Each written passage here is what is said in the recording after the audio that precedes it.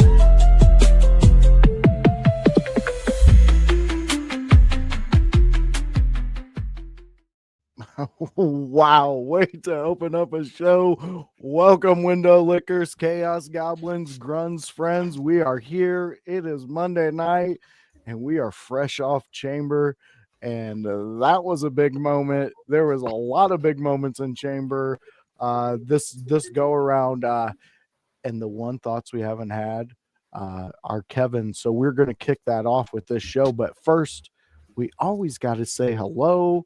How are you doing? How has the week been? So, friends, Kevin, Grun, all those things I just said. How's it going? How's your week been? It's good. Doing? I got to dive into Monster Hunter, get my brain blown by Elimination Chamber. Just kind of, it was a good weekend. Enjoying life. Yeah, I had a coworker come up to me today, and he goes, his eyes are all bloodshot, and he's like, "Have you heard of this monster game?" And I was like, "Yes, I got a co-host who talks about it." And he goes, "I've only slept 6 hours out of the last 72. It's so addicting. Oh my God. Well, I'm glad you're enjoying that. I'm glad you enjoyed Chamber. Grun, I seen you yesterday, but how the fuck have you been? I've been good. I got to go to a concert this Thursday. Get to see Skillet live. Ooh, Skillet. Yeah. They're good live. I've seen them a couple times. They are. I've only seen clips, and it seems like John likes to throw a party when he's on stage. Pretty much, You're gonna enjoy the show. Trust me. It's gonna be a good one. We got House chiming in already. What's up, fellas? What's up, House? How are you doing? Up, thank you for chiming in here. Jumping in real quick though. We got to say, go out there to Brainbuster Tees. We got some, look at this Jones merchandise. Look at that. That is a 5.5 inch sticker. I'm going to slap this on the car tomorrow. Yes. And so go check that out. That's what we got going. I also got there's the Divinely Designed Annie O'Neill line, which you guys should go out there and check it out. You're going to enjoy it. The shirts, the cotton, all the stuff they're made out of really feel nice. I got this shirt. I don't know if I can really get up here. Yeah, it's my logo. Yeah, I'm one of those guys who just buys my own shirt. But it's a 3/4 sleeve, So that's what I enjoy, especially coming up in the springtime. It's a nice little extra layer there.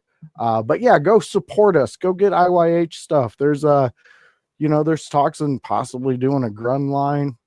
Who wants that though? Wait, what are we gonna get? Wait, what are we gonna? No, hold on. Should the Grun line be the future where he's bald? That has been other than you guys, I have been told I should shave my head and no, don't do it, Grun. Just live Think your of the life, views, buddy. though, Grun. Think of the content. Well, think of the views if we all three shaved our heads and left our beards. Now that would be a thing where people. Oh God! Oh, we already got House chiming in, said blue-eyed villain shirt. Dude, I was literally thinking of just doing that, where we take his eyes and him pointing at him, and then just putting Grun underneath the blue-eyed villain. That's good. I thought that would be good. We got Nick chiming in. What's up, Nick? How are you doing? Thank you for joining us. We're going to be teaming up with Nick and his team coming up here on the WrestleMania week. It's going to be a jam-packed week for us here at In Your House and all the friends we've collected over this podcasting thing. Grun, first question is to you. Grun, are you on sewer side watch after the Cena turn? We will get to that, Nick. But Grun, give them a little taste of what you've been going through the past 72 hours. Oh man, it has been heartbreaking. There is someone at work. They're a wrestling fan. They try and keep up with it, but wife, kids, they get busy. They have not seen the full turn yet, and I was going to start telling him everything that happened. He cut me off because that's how much of a fan he is deep down in his heart. And that's the heartbreak. Because John Cena, it had been talked about for 20 years of him turning heel again, and it got to a point where it was a joke. We had no idea it was ever going to happen, and it did, and it was honestly the perfect time to do it. And I cannot wait to see Cody beat his ass at WrestleMania. Prove once and for all that Cody. That's going. That's where I think that's going. You enjoy heartache. You're a bit of a masochist, as some say. You enjoy pain. You like that. I played Call of Duty for 4 years straight before I quit. That is pain. That is pain. Halo 2 and 3 were also pain if you played those. So I'll look at this. We got Dirty Dick Flair chiming in. What is up, sir? What up? Look at these handsome dudes. What is up? Dirty Dick will be on the ECW Watch Along this week with me and House. We are getting into episode 2 of season 2 of the Watch Along series. So come join us. It's going to be a blast. Little inside information. A long-term story will be told on that night. And it's going to be one of those bows that is put on a story that ECW told for so many years. You should enjoy it. I'm going to enjoy it. I'm probably going to pop like I do every single time I rewatch this specific episode. So yeah, I'm excited for it. We're going to find out about Dirty Dick and all his Flair shenanigans he does. But speaking of what Grun was talking about with the Cena turn, talking about what we had at the very top of that video, let's get into it. Kevin, I know the fans have been they were talking Sunday in the chat. Bruzy mentioned it. When are we going to get Kevin's insight on this? And you know, Bruzy being the rascal he is, he knew you were going to be doing it here. So of course. Let's sit back and let's hear what Kevin's got to say about this, because I personally have been waiting to hear Kevin's insight on all of this. So Kevin, the floor is yours. Oh man. All right. I know we have some great topics today, so I don't want to hog all of it, but the Elimination Chamber, I think, was almost like perfect business. I swear. The women's Elimination Chamber was not only a great match, it was probably the best Elimination Chamber by the women, I think, ever. I want to say ever. Because of the stories they were able to tell, Jade's inclusion, everything from there, all the women seemed to shine, especially Liv Morgan. They put a nice spotlight on her, especially because I don't really know where they end up going with her when it goes to Mania. I think there's a couple options. Yeah. But my assumption is something with Alexa Bliss. And now that they have the tag titles, they can go in between shows. And if they go in between shows, I think Alexa Bliss, probably Nikki Cross. That seems like what they're teasing. And that would be a great women's title tag match to put on Mania. It's a good way to feature some of the Wyatt Six. It'd be a different matchup. It's kind of everything all in one. I fear actually, I don't fear this. I just don't think they're going to go directly this way. I see a lot of clamor online to see a triple threat between Rhea, Io, and Bianca Belair at Mania. I think Jade's too interwoven in that story. I get that we're probably going to have Naomi as the attacker based on what that happened, but I still can't rule out that Bianca was involved. That match needs a heel. You don't want to have a babyface triple threat or a triple threat match. You got to have someone who's a heel, and I just don't see Io Sky going back. It doesn't make any sense at this juncture. Why have her be wishy-washy like that? So I think of Bianca Belair. You could even turn her at Mania if you really want to wait that long, and you have Jade deal with Naomi, and essentially you set up Bianca as a heel there. I think that'd be an interesting way to go. I don't know if they go that way. Bianca's kind of like their female Cena. So yeah. I don't know if they go that way, but I think it would be the most interesting story to tell and put all the pieces together for like heel and face during that match. Okay. Before you move on from there, sure. We have Tony chiming in, Dirty Dick here himself. He's going Bianca, definitely the attacker, framing Naomi. I don't hate that either. I think Bianca has to be part of it is the key. Yes, Bianca, because I agree with you there. Yep. And I think Bianca is the most interesting to have as at least part of the attacking. At least part of. And I think you already have Bianca in the main match for the title. So unless you're going to make that some kind of convoluted fatal four-way between the three of them and Rhea, which I don't think you want to do, but you could do to save room on the card. I think you just want Naomi Jade so that Naomi can give Jade a nice WrestleMania match and then have Bianca in the title match. And yeah, Bianca hasn't been heel since NXT, and a heel run would probably give her some good work and some freshening up, which is good because it also inserts her back in the main title picture, which I think we have been missing someone there who does more things, and it gives Rhea someone who is her power nemesis instead of just like a ton of small women that she just yeets around the ring. Yeah, no, I agree with you. And I mean, just real quick to expand upon that, and then, we'll do what we always do and probably put a pin in it. But I think Bianca wins over Rhea. And I think Jade wins over Naomi at Mania. And then I think Jade comes out after Bianca wins, and that's where we see the friction between those two. You know what I mean? Yeah. And then I think that allows on, if you want to have Naomi bring her 2 cents into the whole situation, you have Monday Night Raw. Bianca's trying to celebrate. Naomi comes out, says something.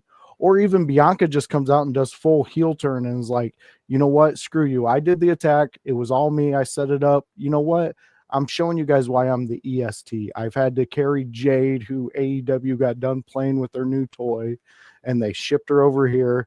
I got Naomi, who's just coming back because who her husband is, play in that world, and then make the ultimate heel out of Bianca, because we know, like Tony said, Bianca, she hasn't been since NXT. It's her best work. It really is. It really is her best work. And yes, you're right, Lou. We'll put a pin in it. And I think Jade Bianca at SummerSlam, I think is the right call. Ooh, I like that. If you want, you could keep them separated until next Mania, but I just don't know how you would do it for that long. So I think SummerSlam is probably the right call. No, I think you guys are right on that one. All right, so Kevin, let's keep us moving in this chamber thoughts, man. So I'll stick to the unsanctioned match first before going on to the next chamber. The women's tag match did what it needed to do, got the nice hometown pop. Tiffany Stratton can move on to Charlotte Flair. That pretty much puts a pin in that one. Did what it needed to do. Thought it was a good match, but it was a hometown hero match. Exactly. It was good business. Unsanctioned match I thought was good business too. I think for WWE, that's about as hardcore as we're gonna get, and about as vicious as we're gonna get these days. Could it have gone more vicious? Sure. We see it all the time in other places like Indies, AEW, things like that. But as far as keeping a performer safe and doing things that look like they're going to injure someone and look like they put someone out, I think they did a phenomenal job doing that within the confines of WWE and having their sponsors and everything. 100% on that. The return of Orton pretty much guarantees a setup between Owens and Orton, package pile driver versus the punt at WrestleMania. Oh, I can't wait. And I swear to God, when Orton hits that punt, I'm going to hit pop so hard. I love that punt. Me too. Dude, I agree. Kevin Owens is quietly one of the best workers, like journeyman stuff. Yeah. In WWE. He goes, it's not underutilized because he always gets time. So I hate when people say he's underutilized, because what they really mean is they want to see a title on him. And I get that. But there's bigger stories to tell. He just knows how to find and make you care about everything he does. He's very good at that. Yeah, so he's got that natural ability to pull you in and make you give a shit, whether we want to see him destroyed or not. And I honestly, I thought it would have been an amazing moment if we would have got the image of somebody holding that barbed wire steel chair when he was getting ready to do the punt, just to like make it seem like he was going to punt that thing right back into his face. I thought that you could have went a little further in that aspect, but I understand, in the moment, and, kind of, you have to add another person holding the chair who's going to hold that and make it make sense. And Sammy had to sell everything that he took. He couldn't be the one holding a chair. Like, it can't be Sammy. Yeah. No. So, I mean, I understand why they didn't go there. Real quick, it's such a hot topic, but I wanted to get your thoughts on this, Kevin. We have Nick chiming in saying it has to be a triple threat at Mania. No way you let Bianca win without the payoff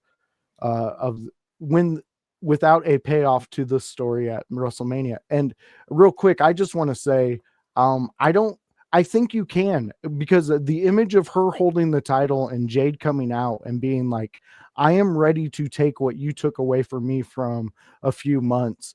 And you just got this new toy. It's coming to me. I'm going to be the champ. I think you can build in that way. So I don't think it needs to be a triple threat. I honestly think you either have to, I don't think you turn her at Mania. I will be honest. I don't think that's the best business move. I think Bianca either turns the same time as Naomi and they both attacked Jade, which also protects Jade to an extent because she's, big bad woman coming in here and beating the dog shit out of people. But Bianca's already in a match, so she has to deal with Jade first. Exactly. You could go that way. You could also go the way of Bianca essentially throwing Naomi under the bus and going, how could you? How dare you? And then after Bianca has won the title, so you don't do any heels at Mania, or if the triple threat needs a heel, just put another heel in it. Like, there's another way to book that. Yeah. You can have her turn on the Raw after Mania, because then Naomi can find the footage from a different angle of Bianca doing the attack or whatever. Like, there's ways around it. Yeah, I think so too. I don't think you pay this entire thing off at Mania. You pay off some of it. Yeah. Because Jade Bianca in a singles match is too much money, and putting it into triple threat, I just don't think works. Or at least it doesn't pay it off the way it needs to. I would put it that way. I got you. I think crowning Jade on the back of Bianca Belair, crowning Jade as a champ, even if it's going to be for just a little bit, I think that's the way to go. Okay. I like it. Okay, so that leaves us with the men's chamber and then the turn around the world. One of the greatest storytelling chambers in the history. It was fantastic. Oh yeah, fantastic. Look, the match itself was solid. Don't get me wrong, but there were so many interweaving stories, and everybody interweaved with everybody. They sold everything in promos that they ended up doing. They knew this business inside and out. They had this match planned since the Rumble. They knew what they were doing. It went from like even the Logan Paul promo where he slapped Punk, and then how did Logan Paul get eliminated? A slap to the face and then a go to sleep. So that's the kind of stuff that works, and it keeps going. And man, there were so many callbacks and call-in-betweens, and it sets up 3 separate matches at Mania between. At this point, I have to assume that the triple threat is going to be CM Punk, Roman Reigns, Seth Rollins. I just don't see a way around that unless you're going to do some kind of superstar tag with Roman and Cody in night 1 against Cena and Rock. But even then, like, Roman has so much more business with Rollins than he does with anyone else right now. And now Punk has business with Rollins, and Rollins is just making enemies everywhere. Rollins is just making business. Yeah, I think the triple threat makes sense because you can build tension between Punk and Roman. You already kind of did at Survivor Series, but you can build more with it. Then you have Drew and Priest, which is going to be a solid match at Mania. We'll get more on Drew later because I know we had a topic there. So I won't dive too far into that. But then, of course, Cena wins the thing. And boy, that turn was one of the best in the history of wrestling. I agree. I agree. I can't stress enough how good of business that was. It was one of the possibilities I said was a thing. It wasn't the thing I thought it would be, but it was a way that they could have gone depending on what they wanted to do with the last year tour. And boy, the juicy storytelling they can do with this. Oh yeah. Is going to be next level. It's going to be some of the best stuff we see all year. Like it has so many good players within it, especially now that Cena's added to it. Like, yeah, actually I saw a lot of videos comparing it to when Hogan turned at WCW, when he turned for the NWO, which that makes sense. I don't disagree.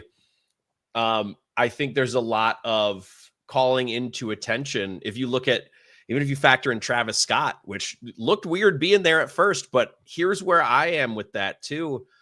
If Travis Scott is going to be like the Dennis Rodman was at NWO, like that's your celebrity, that's your celebrity business and crossover.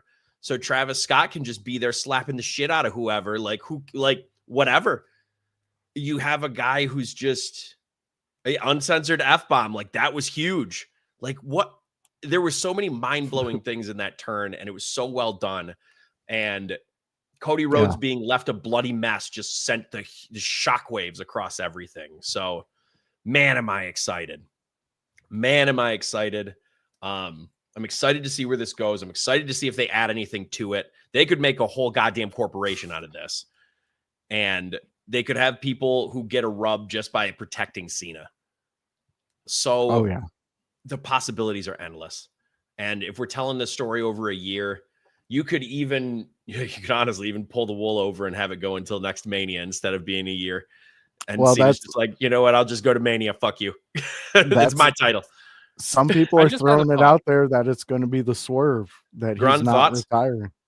I just had a thought. Like, if like, I'm thinking like, I don't think you're going to have a pro wrestler interact with Travis Scott. I think you're going to have another celebrity. I'm thinking who would be a good celebrity that Cody would likely call upon to help. Bad Bunny came to mind, and I'm thinking that's an option. I wonder, because Jelly Roll has said he wants to get in shape and do some stuff in the ring.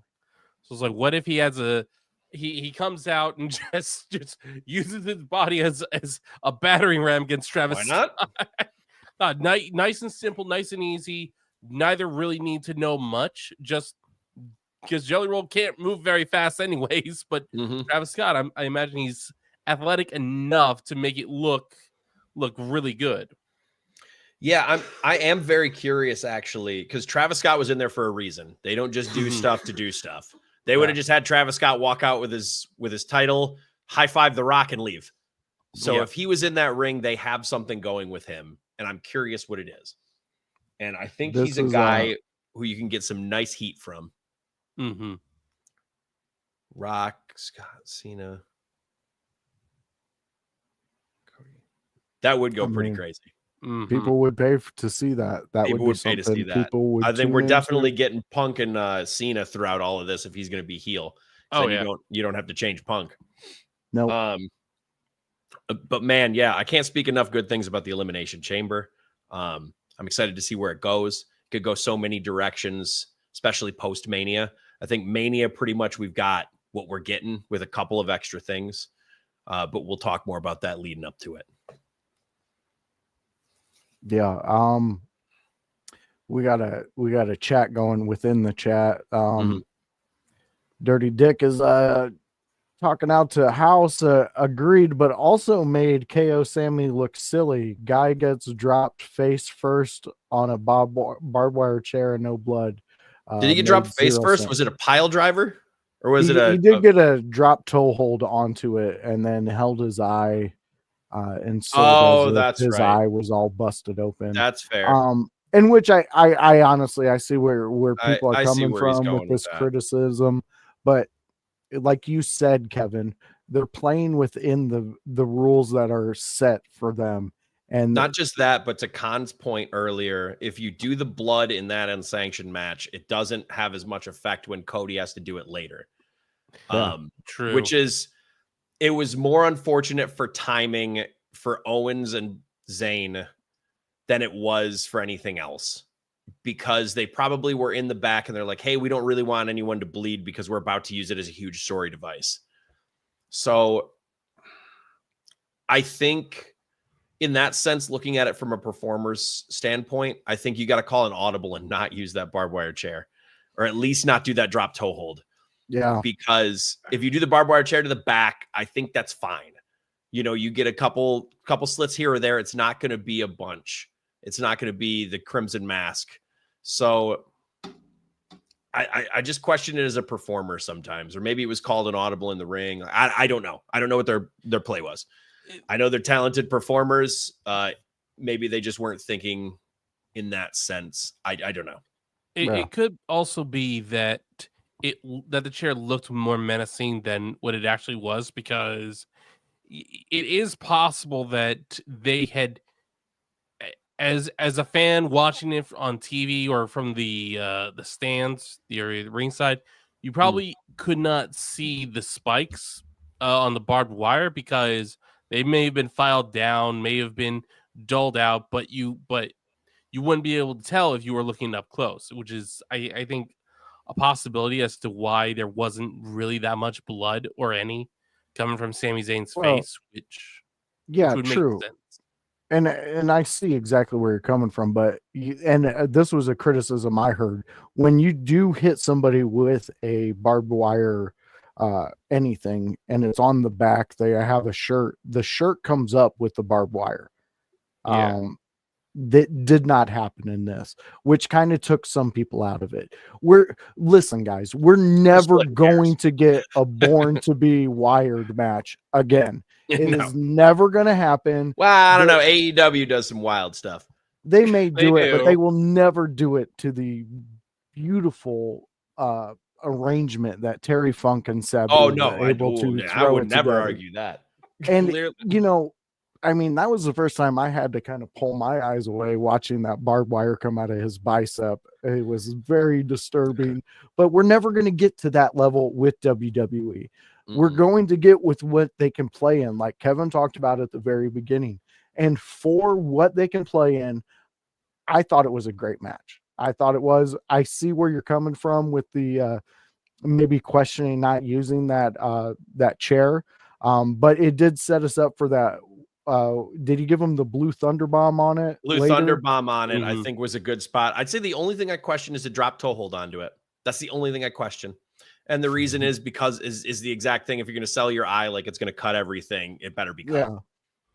Lou, any freaking time you want, as long as there's some money on the line and we get paid after, let's do it. Let's see what happens. I've pissed on Lou, I'm going to pray for your family.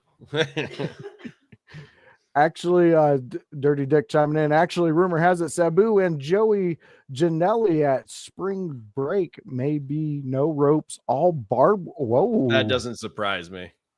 I mean, Joey Janela definitely feels like he would fit in perfectly with old school ECW. Yeah. Oh, that's a Janela's insane enough for that. It's just if Sabu wants to agree to it in this day and age.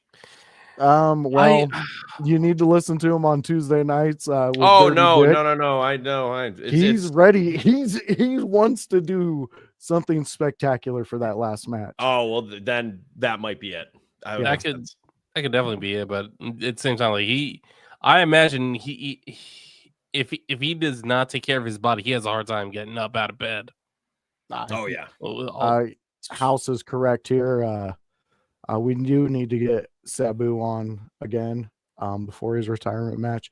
Joey said that the ropes down, said take the ropes down, then posted a bunch of pics showing him in barbed wire. Well, issue has it up then. I think the challenge has been laid out there, and we might get an interesting final. Just might fish your wish. Yeah. All right, so team, we're here. We've talked about it in our little chat. You know what? Let's go with Kevin. You first. Mm-hmm. So go ahead and go with that. Grun. After we get all our thoughts on that, we're gonna go to you, and then if we have time, we'll hit the Drew, because we can always push that till next week. Because I'd like to see what happens on Monday with him. Speaking of that, we are 29 minutes away from Monday Night Raw on Netflix. So here we go, fans. This is where we get into the nitty gritty. Kevin, take it away. Okay, so this man is the only man in the chamber not coming out, I think, with some business, realistically. And I'm curious where they go, because I doubt he doesn't have a match at Mania. And that's one of the most over heels, Logan Paul. Oh. So where are we going with this Logan Paul now? Because it seemed like they might have been setting up him and Punk. It seemed like they might have been setting up other things. But now Punk is probably going to be busy with Rollins. Cena's going to be busy with Cody. Who do we have to face Logan Paul? Who is there that can...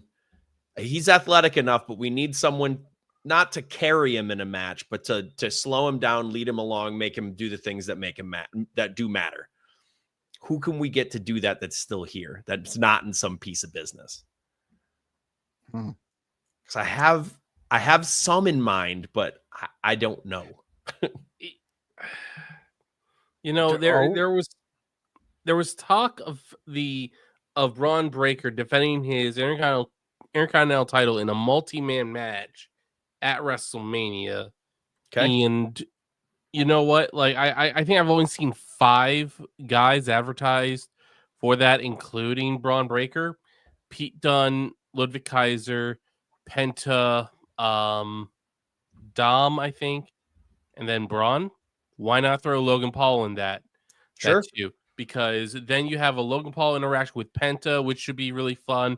Logan Paul interaction with Braun Breaker. Obviously, people are going to lose it if they get to see a super spear from Braun to Logan Paul. Well, Ludwig Kaiser doing his thing, getting his chance to have a WrestleMania moment.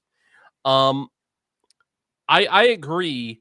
I just think Penta might be good. I just don't know how they're going to lead up, because Paul is very promo heavy, and Penta isn't yet. And it's not to say he can't cut a promo, but he's not. I don't think it's not that he's not comfortable speaking English, because he is. He can get everything across. I just think he's more in the stage where he's match heavy, and that's okay. That's just his style. It's just Logan doesn't play off of that as well as he does with people who can cut a promo. And my concern there would be that it would be more spectacle and would downgrade Penta a little bit if it was just Paul versus Penta. I definitely see what Dirty Dick is saying, and I agree that would go hard, but I don't think you do that match at Mania. I don't think you can maximize the business by doing that. I think Penta would really thrive in a Mania match where it's a multi-man. And you could even put him over if it's going to be with Braun. So I like that match with a multi-man with Braun Breaker defending against so many people. And I think that's a good way to put in Dirty Dom too, because I don't think he doesn't really have too much business going into this either. Yeah, not really. Unless they're going to somehow do Finn Balor versus Dirty Dom, which that's the only business I can think of. Yeah. My thought, and I saw this going around online, and it's someone who can cut a promo. It's someone who can go back and forth, but someone who can definitely lead him as well and get the best out of him, I think, is AJ Styles. Yeah. I think that'd be a really good one. That'd be a really good one to get the most out of Paul, to get the most heat out of him, and to then also elevate AJ for potentially his retirement tour of 2 more years and get him into things. Because if Cena's going to be heel, one of Cena's greatest rivals, who is it? AJ Styles. So Yeah.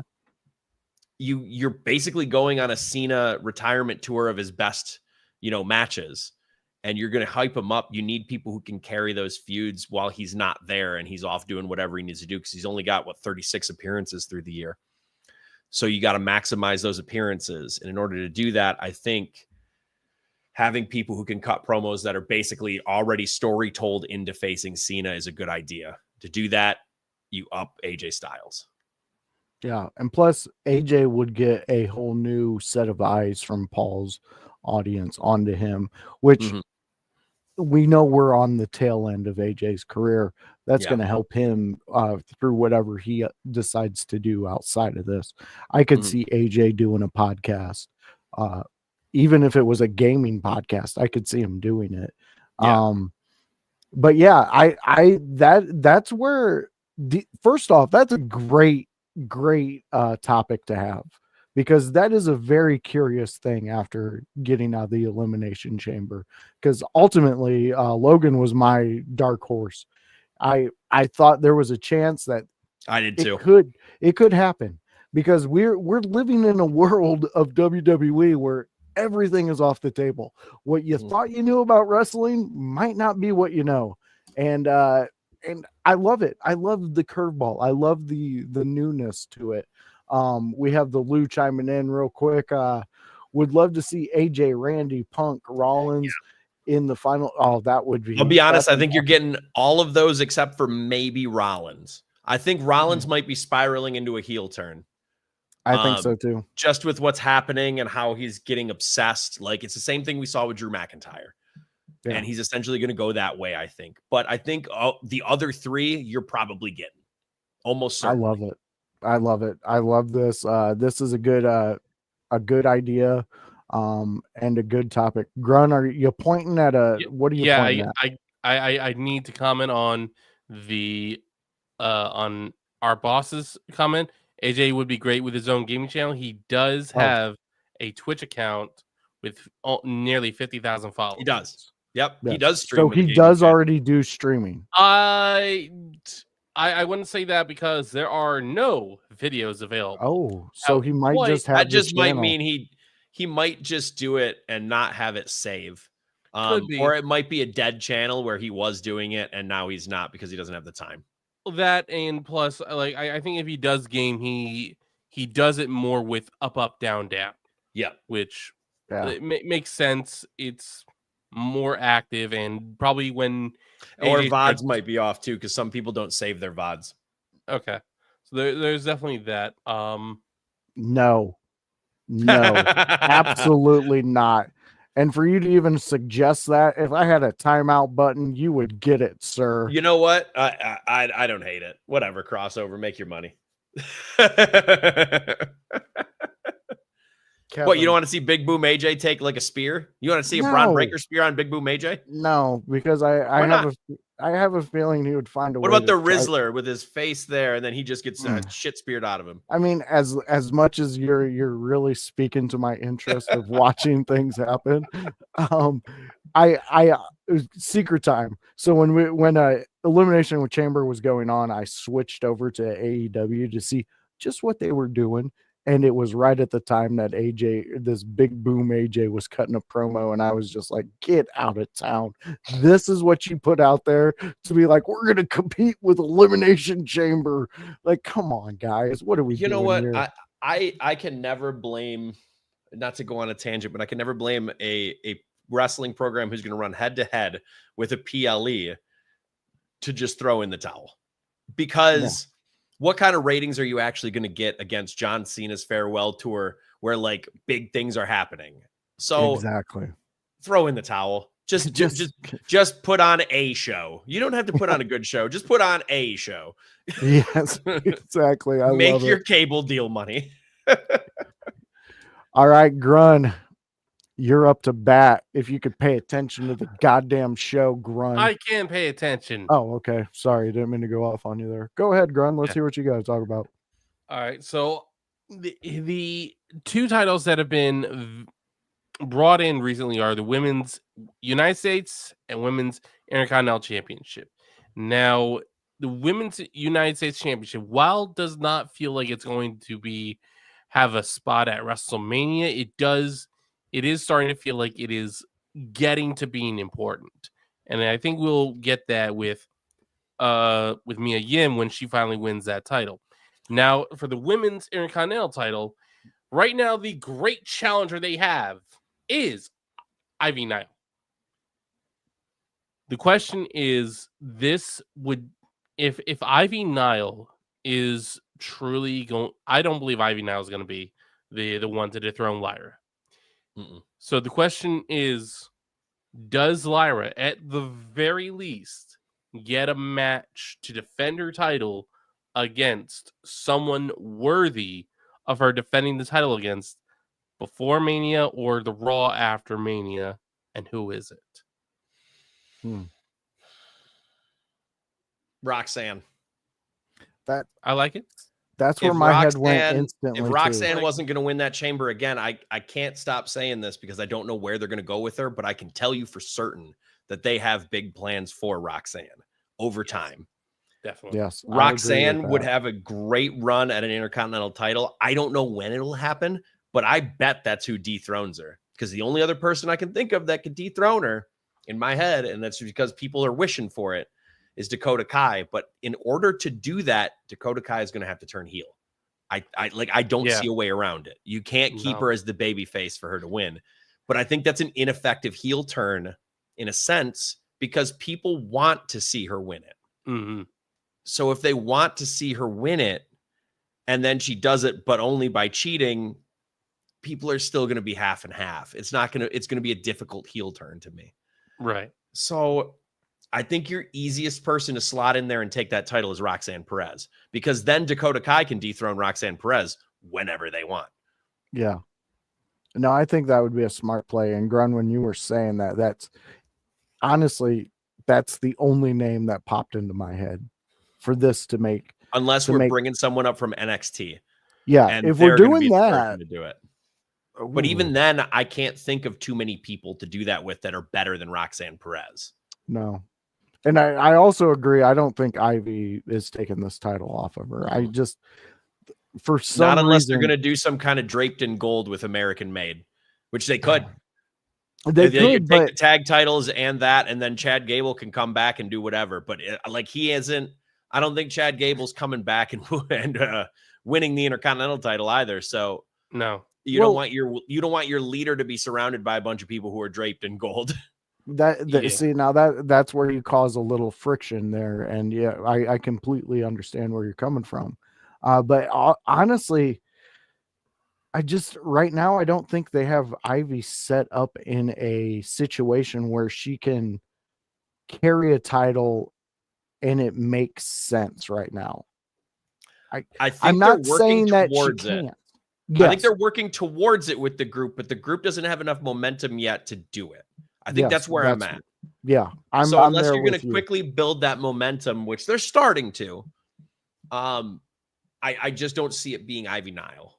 And that's okay. Has she come leaps and bounds in the last just 2 years, honestly. Oh yeah. In ring, everything, emotions, like a heel Ivy Nile is considerably better than face Ivy Nile. And it's been working. Yeah. Yeah. And like House said, it's easy to be a heel in today's era. Being the face seems to be the most difficult character to pull off nowadays. Grun, so you're good on the answering of your question, or you want to go further in it, man? This is your time, buddy. I'm definitely good with your guys' answer. I was thinking Becky Lynch, but at the same time, I wasn't thinking Lyra wins. But now you guys have really got me thinking, if Becky Lynch does come back and Lyra defends her title against Becky, I'm thinking it's before Mania, like the Monday before Mania. Lyra successfully defends it. Raw after Mania, she decides she's feeling good. She beat Becky Lynch twice now. She's 2-0 against Becky. She open challenge. Roxanne comes down, accepts the challenge. Roxanne wins. And now that puts Roxanne at a higher level. Mm-hmm. Yeah, I don't think that I don't think that would be a bad way to book it. You don't need Roxanne on the Mania card. I don't think. No. You don't need it. No, it would be nice, but you don't need her. Yeah, I think she's got to get through Bayley first because they do have a little bit of business. But you can do that in a feud that ends on Raw before Mania or whatever you need to do. I think that's something you can do that way. Because then you can set up Roxanne after a nice win over Bayley on the main roster to go do the things.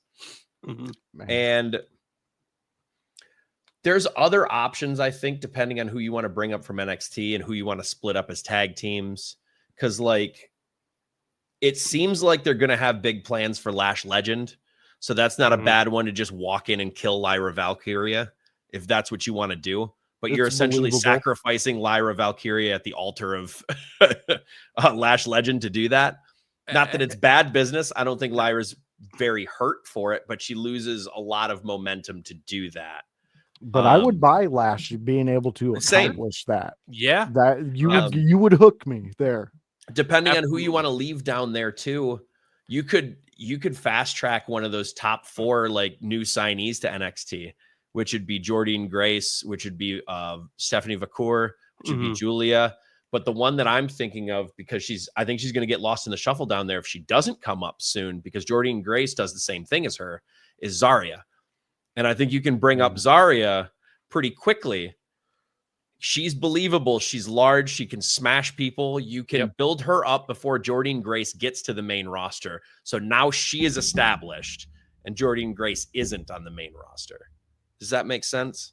No, because if you put them at the same time when they come up, I think one of them is going to get lost in the shuffle. And I think that's a travesty because both of them are very good talents. Yeah, that's too big of a risk to take nowadays. I think the way you lined it up is perfect because then Jordan also becomes established with the NXT fans and they get to see, and then all of a sudden when she finally goes to the main roster, it's bigger and better than what it could have been if you would have just instantly done it. Yes, Grunt, we're waiting on you, buddy. Hit it. Jordynne Grace wins NXT Women's title and then does her version of what Kevin Owens did as NXT champion. Comes up, makes her presence on the main roster. Say, okay, that's nice that you're women's world champion. That's nice that you're WWE women's champion.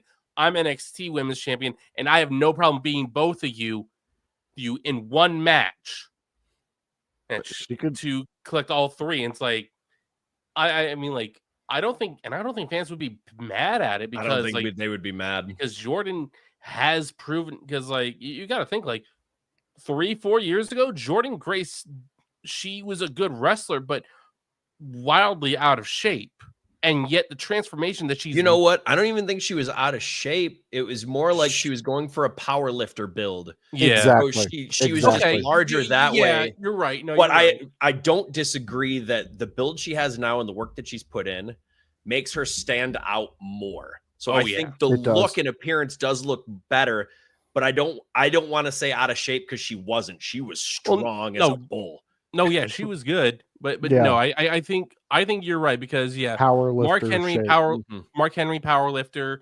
She had more of a Mark Henry style build. Yeah, and it made sense for the time too because she was going up against male talent. Also, she was doing a lot of things. So the build she had was like, okay, I get it. I mean, look at Chyna's transformation from when she went from being a manager to an in-ring performer. There was she was at a power lifter build, then went into a slim down muscular build, which it worked for her in build, both areas. A bodybuilder build. There we go. Yeah. So, I mean, I see exactly where you're coming from on that. And really right now she would prove, like, do I want her to go there and just be on the main roster? Of course I do, because I know she can handle it. She can hang there. Oh, she has the talent to do it. Yeah, she has everything, every tool in the bag that she can to succeed there. But the idea of her going and being in NXT for a little bit of a stint makes that jump to the main roster so much better because the track record she's already built, and then she's going to add on to that with some amazing talents in NXT that are only going to highlight her in the best possible way. And I know TNA does great work, but it's not WWE. Like, there's a whole and Kevin, you probably know more about what I'm saying with that. There's a difference in what you get from each promotion, and I'm not saying one is better than the other, but I am saying that they have the funds to give you more at one place than they do at another. Not only that, but there's more on the line, and there's more you have to worry about because there's so much more money on the table. Okay. So like and this is just in general for businesses, really. The more sponsorships you bring in, the more things there, the more people you have to please. So TNA has less of that with less money coming in, so they can get away with more like laboratory stuff where it's more like, oh, maybe this will work. Let's see if it works, and this could go wild. Yeah. And they can do that and it can fall on its face and they'll still be okay. Whereas if WWE does something like that, they could lose 3-4 sponsors. Yeah. And it's much bigger risk. Whereas TNA, you have a lot more space. Not to say that they don't, make sure that this might work or like weigh out the business pros and cons, but I think they can do more laboratory stuff where they can run an experiment on, hey, this is an experimental angle. We've never really tried this before. We haven't seen anyone try it before. Let's give it a shot. And they can get away with that. Whereas WWE can't. They have to go with proven stuff that they know is going to work. And they have the people to put in there to do that and make sure they're not losing sponsors, even doing super successful proven stuff. No, I love it. I love your mind, man. I just love your mind. And Jordynne Grace, I think the reason you want to keep her on NXT is because if you don't have plans for her, don't bring her up. You need plans for her. She's going to be a big hitter player. Yeah. It doesn't have to be right away. You can tell an arc of a story. Like, you don't have to bring her up, then she just flexes and kills people. Like, you don't have to do that. There are ways to tell a story where she comes back up, but you have to have something for her. Like, just like with Perez coming up, like they had to have a story for Perez. That's why they left her in NXT. They have big plans. Jordynne Grace is the same way. They know she's ready for the main roster. They know Julia and Stephanie Vaquer are ready for the main roster, but they're keeping them in NXT so that they can build up NXT. There's one fold of it. But the second is, if they just bring them to the main roster and they don't have plans, they're going to get lost in the shuffle and they're going to feel less important. Yeah. And we lost a lot of our up and coming favorites through that same process. It happens all the time. Yep. All right. So we are 7 minutes outside of going live with Raw. So the question that I have, we are definitely going to have to push it till next week, but fans, I'm going to give it to you. So maybe you can have a week to think about it and then come on here and chime in. And if you want to be a part of the show, let me know and I'll send you the link and we will get you on here to discuss your point of view on it. But here it is. Drew McIntyre he was in the Elimination Chamber. He did what Drew McIntyre does, and he focused on one thing, and he became in Drew McIntyre's way. I believe Pat McAfee pointed it out as soon as he got the pin. 1, 2, 3. Pat McAfee brings it up again. Drew McIntyre gets in his own way. So my question to you guys is, does Drew matter in a storyline anymore? So we're going to put a pin in that and we're going to make sure we have a thought process, because Kevin, I know you're a big McIntyre fan. You love what the dude can do. Grun, I know you pop for McIntyre when they do have a story for him and he's actually pushing something for it. I slowly came around to McIntyre, but then all of a sudden it's like someone hit the e-brake and I'm like, wait a minute, what happened? We're spinning out of control with this one. Where does it stop? So fans, I want you to think about that for the week. My co-hosts here, they're going to think about it. I'm going to think about it. And next week, we're going to start the show off with that thought in itself. Oh, here we go. We got Viking Storm chiming in. Kevin's daddy did what he always does, self-sabotage. He and know he's irrelevant kind of now. Always feels like they don't know what to do with him. Great point, Viking Storm, but you're supposed to save it for next week. Save it for next week. God damn it. Yeah, I got thoughts on that already. Come on, man. All right. So, Kevin, let these fans know, these Chaos Goblin, these window lickers, and these friends of Grun, let them know what you got going on and where they can find you, buddy. This Sunday, I will be out at the Sanctuary in Hamtramck for Sanctuary Fight Club. That'll be a nice show. Always a sellout, always fun, very punk rock atmosphere. Josh, I actually think you would love that venue and how they run it. They have I'll sell it to you real quick. You ready? The only championship they have, Falls Count Anywhere championship, called the Thrash Zone title. Here's my money. Let me get my credit card. I love that. You would love it. And then, basically, otherwise, you can find me on Facebook at Kevin Calloway. You can find me on Instagram at Calloway Kevin. And that's about it right now. We're trying to line up more topics and more stuff for Dear Pro Wrestling, so that should be popping up again soon, and we'll be going from there. Yes, and there they are. There's Kevin's his social media, so go check him out. He is the Chaos Goblin, Kevin Calloway, and this is my friend. He is the blue-eyed villain himself. He is the Philadelphia Menace. He is the Asian businessman. He is international businessman. You are international businessman. Grun, let them know where they can find those blue eyes and your villainness. You can find me at twitch.tv/Grunmeister, where every Friday I talk SmackDown from the previous week and give you some insights as to what's happening that night on SmackDown. Beautiful, Grun, beautiful. And then we got people cussing here in the chat. Go Birds! That football's over. Yeah. Don't forget to bet the penny pincher. I want to see Grun versus Cena break my heart match. Grun, you are just a delight to our fans. And fans, if you want to catch us, we are here every Monday at 7 p.m. doing exactly what you've seen. It's where me and my two co-hosts, Kevin Calloway, the Chaos Goblin, and Grunmeister, the blue-eyed villain, we talk about Monday Night Raw. We get you ready so we can go to Raw and we can be smart.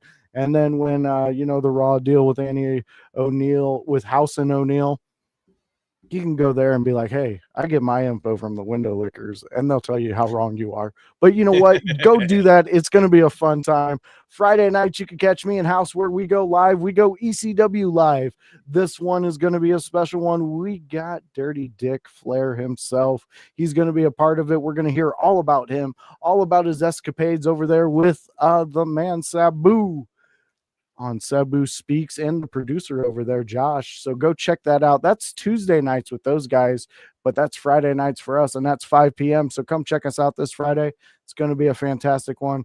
And then outside of that, you can catch me on Saturdays, some Saturdays, every other, you'll catch us. We're going to go live. It's Conspiracies at Sea. It's a mysterious schedule. It's a mysterious one. So you know what? Hit the likes, do all that thing, and you'll see when we go to the seas. The last place to find me is in your house on a Sunday house party, when anybody who's a part of the house party comes, and we all really talk the past week of wrestling. Anything that's happened, anything that's piqued our interest, anything that piques your interest, we want to talk about that on a Sunday, 12 p.m. So come join us, come have some fun, and always, hang out with IYH. Be a part of what we're doing. It's moving. It's getting bigger. Get on or get gone, like House says, because we're always moving mighty strong. And we will catch you on the next one. Bye. Shadows creep in the spotlight's glow. Turning cold, now it's time to throw. Chains on my neck, but I'm losing the brain. Flows of smoke, twist dissolving my pain. Enter the show, let the chaos unfold. Heart blacker than the night, ice cold. Crowd screaming, but